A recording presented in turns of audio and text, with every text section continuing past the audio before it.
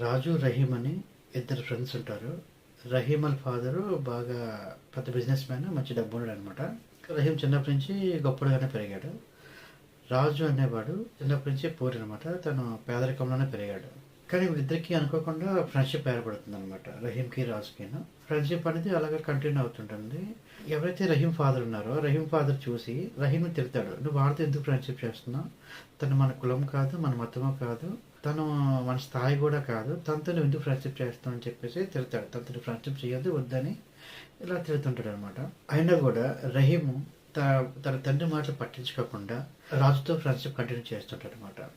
ఇలా కొన్నాళ్ళు గడిచిన తర్వాత మళ్ళీ వాళ్ళ ఫాదర్ చూస్తారనమాట. మళ్ళీ వాళ్ళ ఫాదర్ తిడతాడు. "ఎందుకురా నువ్వు మళ్ళీ వాడితో ఎన్నిసార్లు చెప్పినా వాడితోనే ఫ్రెండ్షిప్ చేస్తున్నావు? వాడు నిన్ను చూసి కాదు, నీ వెనకున్న డబ్బుని చూసి వాడు నీతో ఫ్రెండ్షిప్ చేస్తున్నాడు. వాడి స్వార్థం కోసం నీతో ఫ్రెండ్షిప్ చేస్తున్నాడు. అలాంటి వాళ్ళతో నీకు ఫ్రెండ్షిప్ ఏంటి? నీ స్థాయి తగ్గ వాళ్ళతో నువ్వు ఫ్రెండ్షిప్ చెయ్యి" అని చెప్పేసి చెప్తారనమాట. అయినా కూడా రహీమ్ తన తండ్రి మాటలు పట్టించుకోకుండా రాజుతో ఫ్రెండ్షిప్ కంటిన్యూ చేస్తాడు. ఇలా కొన్నాళ్ళు గడిచిన తర్వాత సడన్‌గా రహీమ్‌కి కిడ్నీ ఫెయిల్యూర్ అవుతుందనమాట. సో, డాక్టర్ హాస్పిటల్ తీసుకెళ్తే డాక్టర్ అంటాడు, "2 కిడ్నీస్ పోయినాయి.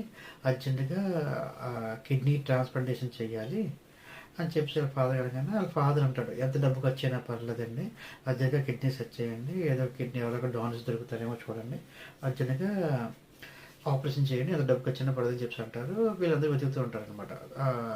ఎవరైతే డోనర్ ఉంటారో వాళ్ళ కోసం సెర్చింగ్ చేస్తూ ఉంటారు. కాకపోతే టైం తక్కువుంది. 24 అవర్స్‌లో ఆపరేషన్ చేయాలి. సో, వాళ్ళ నాన్నగారు కంగారు పడుతుంటారు. "నాకు తెలీదు. నా కొడుకుని మీరు ఎలాగైనా కాపాడండి.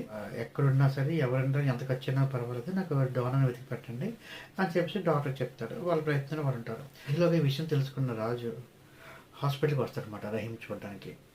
రహీమ్ వాళ్ళ ఫాదరు, "నువ్వెందుకు ఇక్కడికొచ్చావు? పో, బయటికి పో. నువ్వు నా కొడుకు దగ్గర రావద్దు. బయటికెళ్ళిపో" అని చెప్పేసి అంటాడనమాట.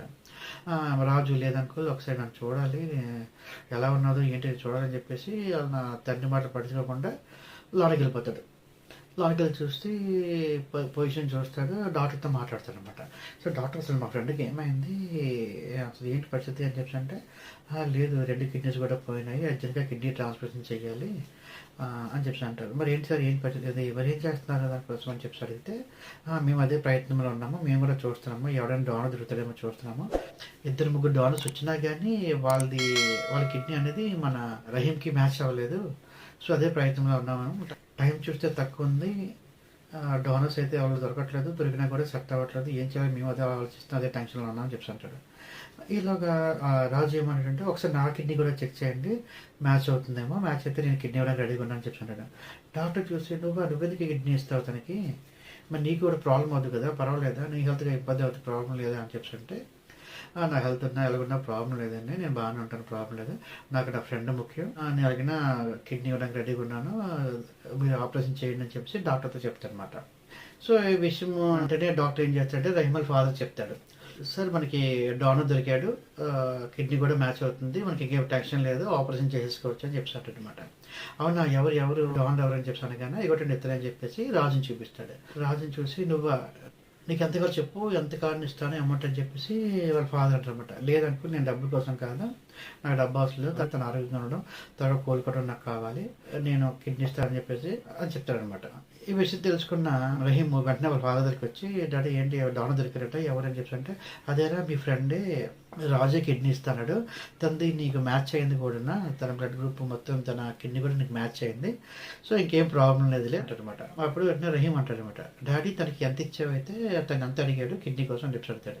"లేదు, తన నా దగ్గర డబ్బులేమి అడగలేదు. నేను ఇస్తానా కూడా వద్దనేసాడు. లేదు, నాకు నా ఫ్రెండ్ ఇంపార్టెంట్. తను త్వరగా కోలుకోవడమే నాకు కావాలని చెప్పేసి అనేసి వెళ్ళిపోయాడు" అని చెప్తాననమాట. సో, వెంటనే రహీము తన తండ్రి కళ్ళ వైపు చూసి, "చూసావా నాన్న, నా ఫ్రెండ్ రాజు తను ఏమీ ఆశించకుండా, ఒక్క క్షణం కూడా ఆలోచించకుండా నా కోసం కిడ్నీ ఇవ్వడానికి రెడీ అయిపోయాడు. నువ్వు మార్నింగ్ నుంచి డోనర్ కోసం వెతికావు కానీ కనీసం నీ కిడ్నీ మ్యాచ్ అవుతుందని చెప్పేసి ఒకసారి డాక్టర్తో చెక్ చేయించుకున్నావు నాన్న. కానీ తను ఏమీ ఆలోచించకుండా, ఒక్క క్షణం కూడా ఆలోచించకుండా, తను ఏమైపోతాడని ఆలోచించకుండా నా కోసం కిడ్నీ ఇవ్వడానికి రెడీ అయిపోయాడు అన్న. అది నాన్న నా ఫ్రెండ్ రాజు అంటే. అందుకే మీరు ఎన్ని చెప్పినా కానీ తనని వదలకపోవడం కారణం అదే నాన్న" అని చెప్పేసి తన తండ్రికి అంటాడనమాట. వెంటనే తన తండ్రి చాలా ఫీల్ అవుతూ, బాధపడుతూ, నన్ను క్షమించరా, నేను అసలు అనుకోలేదు. తను పేద కుటుంబం నుంచి వచ్చాడు. మన కులము, మన జాతి కాదు కదా! సో, ఏదో నీ దగ్గర ఉన్న డబ్బు కోసం ఆశించి స్వార్థంగా, సెల్ఫిష్‌గా నీతో ఫ్రెండ్‌షిప్ చేస్తాడేమో అనుకున్నాను.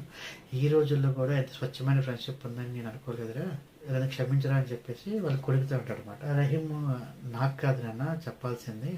రాజుకి నువ్వు క్షమాపణ అడగాలి అని చెప్పి అనగానే, సరే అని చెప్పేసి వెంటనే రాజు దగ్గరికి వెళ్తే, రాజు నన్ను క్షమించమ్మా, నేను తప్పుగా అర్థం చేసుకుంటే, అదేంటి సార్ మీరు నా తండ్రి లాంటి వాళ్ళు, మీరు నాకు క్షమాపణ చెప్పడం ఏంటి? మాకు తెలుసు సార్, మీరు మీ జీవితకాలంలో ఎంతోమందిని చూసుంటారు. ఫ్రెండ్‌షిప్‌ని అవసరానికి వాడుకొని వదిలేసే వాళ్ళని మీరు చాలామంది చూసే ఉంటారు. మాకు తెలుసు ఆ విషయం.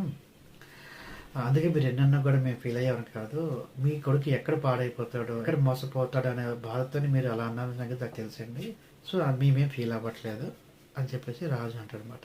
వెంటనే వాళ్ళిద్దరిని దగ్గరికి హగ్ చేసుకొని, మీ ఇద్దరు ఎప్పుడు లైఫ్ లాంగ్ ఇలాగే కలిసిమెలిసి హ్యాపీగా ఉండాలని అని చెప్పేసి చెప్తారనమాట అండి. ఇలాగే మీ స్నేహ బంధం కూడా ఉండాలని కోరుకుంటూ అందరికీ హ్యాపీ ఫ్రెండ్షిప్ డే. ఈ వీడియో మీకు నచ్చినట్లయితే దయచేసి ఈ వీడియోని లైక్ చేసి సబ్స్క్రైబ్ చేయండి. కుదిరితే మీ ఫ్రెండ్స్కి షేర్ చేయండి. Thank you. Happy friendship day.